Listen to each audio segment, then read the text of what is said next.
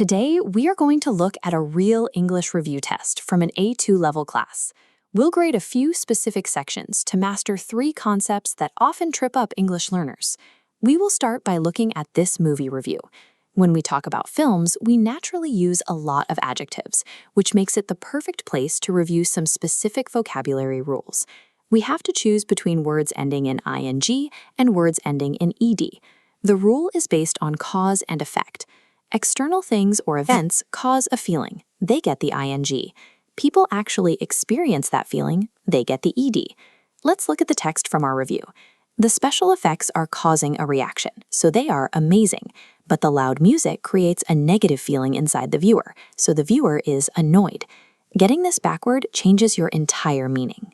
If you mix up the endings, you might accidentally describe your own personality, saying, I am boring, when you actually meant to describe your current emotional state. I am bored.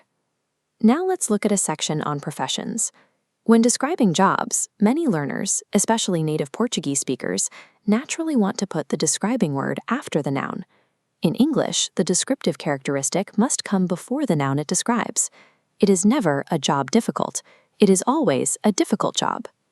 Once we know how to describe a job, we need to know how to ask about it. There are 2 standard questions we use to find out what someone does for a living and how they feel about it. If you want to know their profession, you ask, what does he do? If you want their opinion on that profession, you ask, how does he like it? Recognizing the phrase, what do you do, is helpful because it always refers to a career. It prevents you from confusing a question about a person's livelihood with a question about what they are doing right this second. Natural English speakers use specific structures to agree instead of repeating me too in every conversation. To agree like a native speaker, use so for positive statements and neither for negative statements. Then you follow it with a specific helper verb.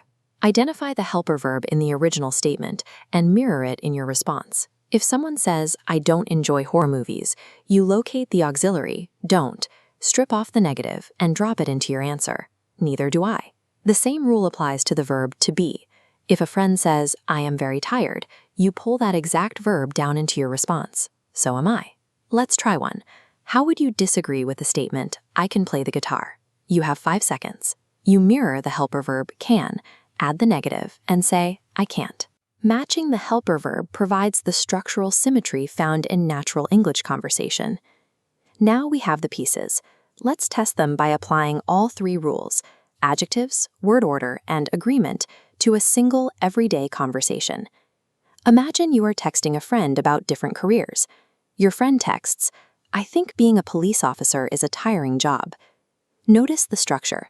The adjective comes before the noun, and it uses ing because it is describing the job, the thing causing the feeling. You reply, so do I. I would be exhausted. You successfully pulled the hidden helper verb do from the positive statement I think, and you used the ed ending for exhausted because you are describing your own internal feeling. Here is your final cheat sheet. Save this frame. Feelings take ed, things take ing. Descriptive words always come before nouns. And to agree naturally, combine so or neither with a matching helper verb. These concepts take a little practice, but internalizing these specific patterns will immediately make you a more confident communicator.